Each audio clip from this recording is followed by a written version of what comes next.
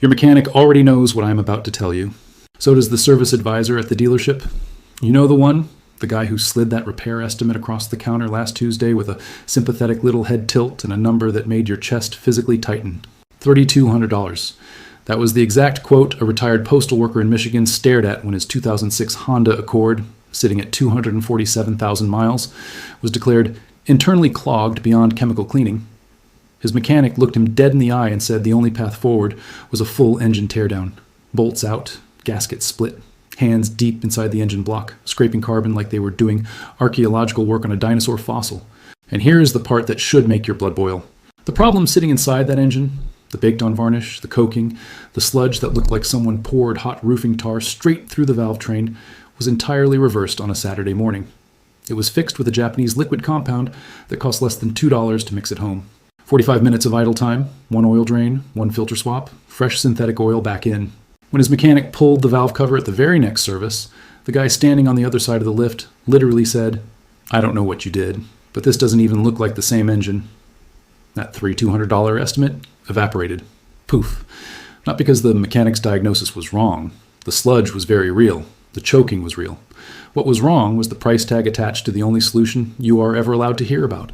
Now, multiply that single story across an entire fleet. A landscaping business owner in Texas had 5 trucks. 3 of them were burning oil so badly they puffed a ridiculous cloud of blue smoke on every cold start. He treated all 5 trucks over a single weekend with this exact formula. Within 2 oil change cycles, the oil consumption on those 3 failing trucks dropped by roughly 60%. His annual top-off costs plummeted by over $900.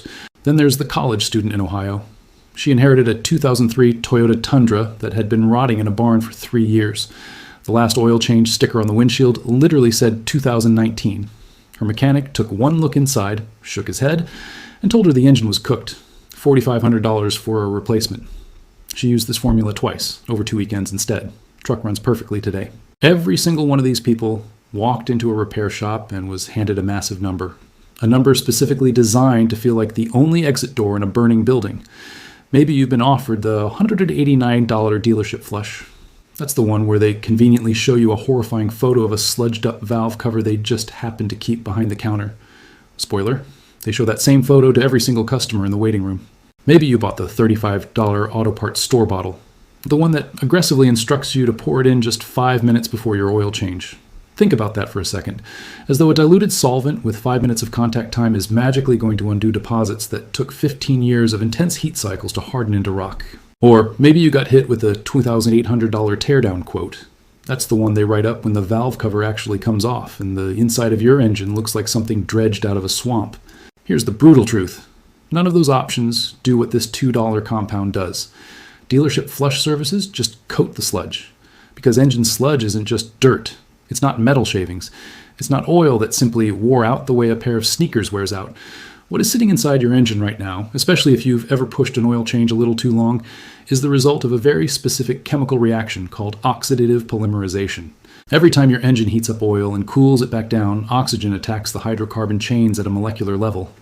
It strips away hydrogen atoms, leaving behind unstable little fragments called free radicals. These radicals immediately latch onto their neighbors, creating a self-feeding chain reaction. They bake, they harden, they turn into plasticized rock. A typical dealership flush costs you around $200.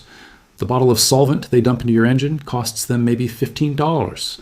That is a gross margin of over 90% on a procedure that literally cannot work. A petroleum distillate flush sits inside your engine for maybe 10 minutes. The varnish it's trying to dissolve took a decade to bake onto that metal. You don't need a PhD in chemistry to see the flaw here. You just need a stopwatch. 10 years of molecular bonding versus 10 minutes of contact time. The soft, gooey surface gunk washes away, sure. But the hardened foundation layer, the stuff actually suffocating your oil passages, stays exactly where it has been since your odometer hit 50,000 miles. And this is where the financial engineering gets truly brilliant. When that $200 flush predictably fails, and your engine still looks like the bottom of a fast food deep fryer, the next line on the estimate is the teardown. Pull one out $500 to $4,000. The flush was never designed to fix your car. It was designed to create a paper trail. It proves that chemical cleaning didn't work, making the $4,000 teardown feel like the only rational next step.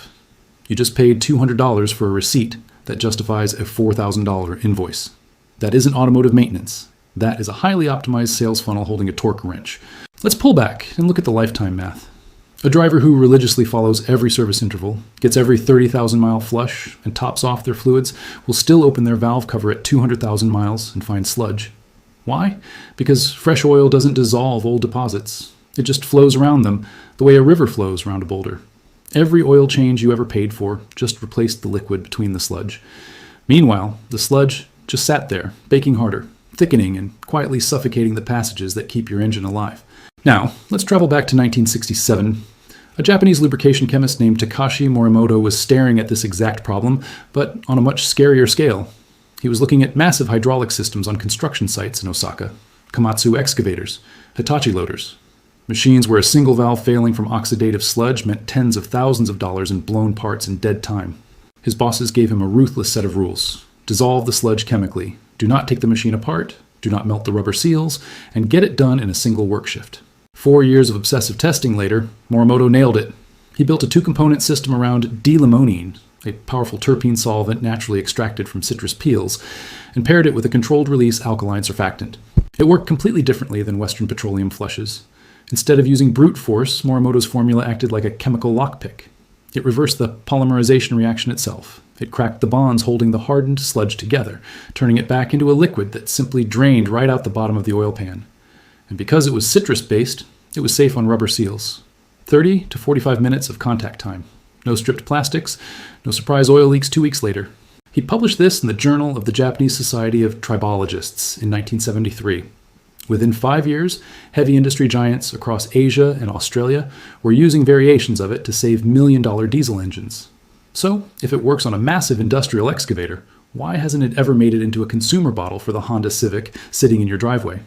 The engines are the same. The oil degradation is exactly the same. The answer has nothing to do with science. It has everything to do with profit. Think about that 90% profit margin at the dealership. If a shop sells you a $200 flush and it actually fixes the problem permanently for $2 in raw materials, the transaction ends. But when that flush fails, the next estimate is $3,000. The shop doesn't lose when the flush fails, they win. Your clogged engine isn't their problem, it's their inventory. Every sludged up Camry and varnished turbo is just future revenue waiting to happen. The entire $420 million aftermarket flush industry is built on this. You are the subscription model. You buy the cheap bottle, it doesn't work. You graduate to the dealer flush, it doesn't work. You graduate to the teardown. Every rung of that ladder is owned by someone who needs you to keep climbing. Even your car's computer is in on the joke. Modern OBD2 systems know exactly when oil flow is restricted. The car is literally screaming for help. But that data gets filtered through a service advisor whose Christmas bonus depends on his upsell rate. The diagnostic code justifies the flush. The failed flush justifies the teardown. Your own car's data is weaponized against your wallet. So, how do we break the wheel? How do we fix it when nobody is skimming 90% off the top? Here is the exact procedure. And honestly, I want you to feel how incredibly boring it is. Because boring is the point. The industry needs you to believe this takes specialized machines and magical dealership juice. It doesn't. You need exactly 2 ingredients. Pure D-limonene, cold-pressed orange oil. You can buy this at any health food store or online for about $10 for a 16-ounce bottle. That one bottle will cover 6 to 8 vehicles. Sodium citrate powder. If you can't find it, go to the grocery store baking aisle. Buy citric acid powder and baking soda.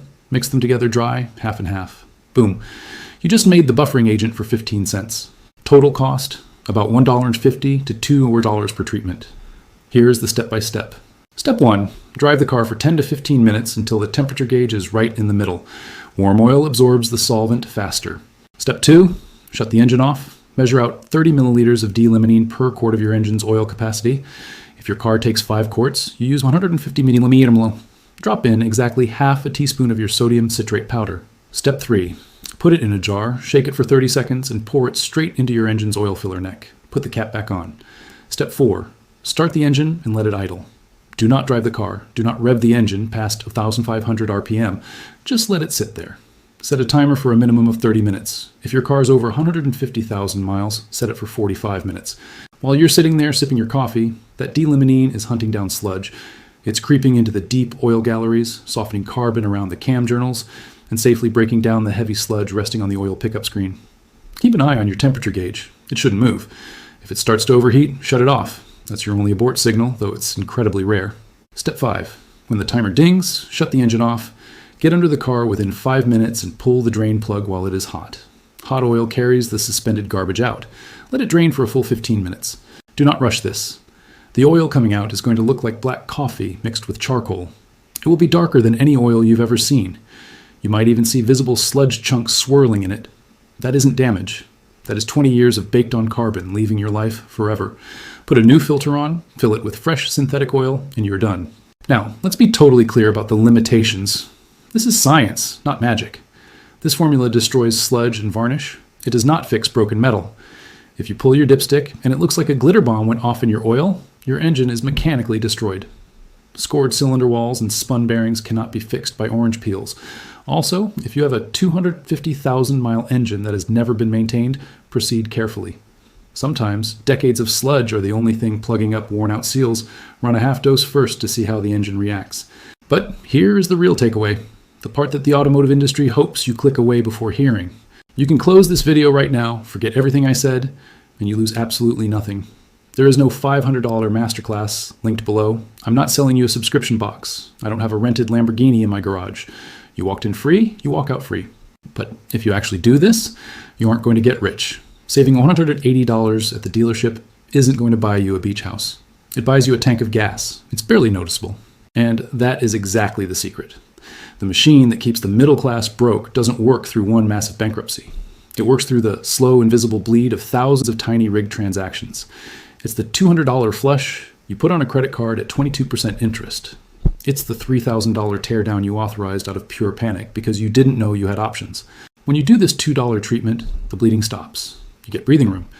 You gain the ability to look a service advisor in the eye when he hands you a $4,000 estimate, smile, and know with 100% certainty that you can solve the exact same problem in your driveway for the cost of a candy bar. The Japanese engineers in 1973 weren't trying to build a wealth strategy. They just wanted to clean excavators.